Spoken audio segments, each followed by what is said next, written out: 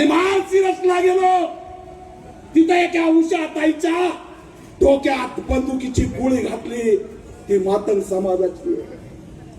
अरे दोन्ही काढल्या उषा ताई, अनुसूचित जाती जमातीचं अस्तित्व धोक्यात आणलंय. अरे आमचा प्रश्न काय, आणि तुम्ही आमच्या पुढे वाढून काय ठेवलंय? मोहन भागवत वाटतं का आरक्षण देईल म्हणून? मोहन भागवत वाटतं का आरक्षण देईल? मी तुम्हाला विचारतोय, जोरात सांगा. फडणवीस वाटतं का आरक्षण देईल? आणि कुणाच्या बापाचं घेऊन खात नाही. मला कळत नाही एकनाथ शिंदेला वाचा येतं का नाही. बदर समितीचा अहवाल घेतलाय. सुनेत्राताई पवार यांनी बदर समितीचा अहवाल घेतलाय. यांना वाचता येतं का नाही? हा अहवाल अंधारात का उजेडात का आणला जात नाही? आमचे बांधव जे आंदोलन करतायत त्यांना सुद्धा आव्हान करतो की बदर समितीचा अहवाल तुम्हाला भेटला तर आम्हाला द्या. अरे त्याच्यावर चर्चा नाही, त्याच्यात काय लिहिलंय हे माहित नाही, आणि तुम्ही ते आरक्षण संपवाय निघालात. लक्षात ठेवा, जोपर्यंत बाबासाहेबांचा निळा झेंडा आहे तोपर्यंत या देशातून आरक्षण संपू शकत नाही. लक्षात ठेवा.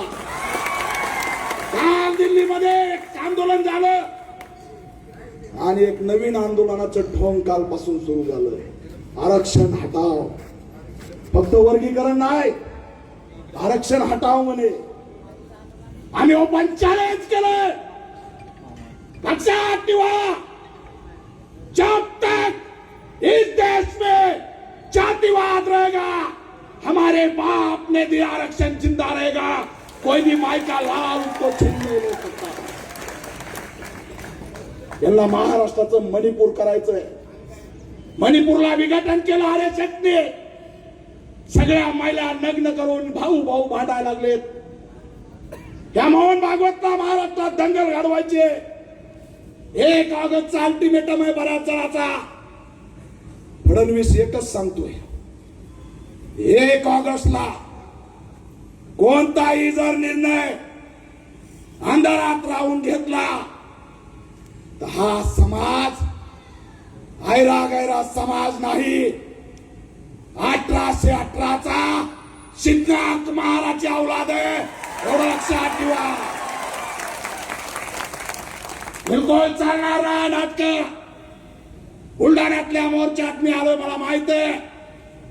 बुलढाणा हे क्रांतीचं ठिकाण आहे. महाराष्ट्रात पहिलं गाणं जे आहे वर्गीकरणावर बनलं ते बुलढाण्यात, एवढं लक्षात ठेवा. अशी तशी चळवळ नाही. आणि म्हणून बांधवांनो, या उषाताई सारख्या अनेक हत्याकांड घडतात. लाडली बहिणीला 10,000 कोटी निधी वळवला.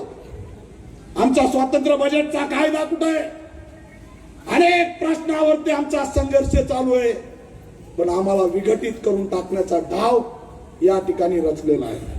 म्हणून जाता जाता अनेक जणांना बोलायचंय, बऱ्याच जणांना बाहेर सुद्धा जायचंय.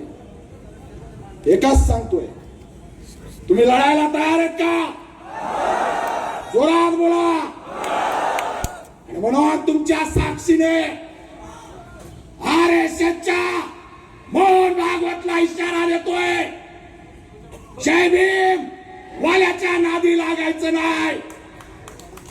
एक लक्षात ठेव, मोहन भागवत तुझा बाप डॉक्टर बाबासाहेब आंबेडकर आहे, कायम लक्षात ठेवा. म्हणून या लढ्यात ताकदीने या जातीच्या विरोधात बोलू नका, महापुरुषाच्या विरोधात बोलू नका. त्यांना दंगल घडवायचे, आपल्याला दंगल घडवायची नाही.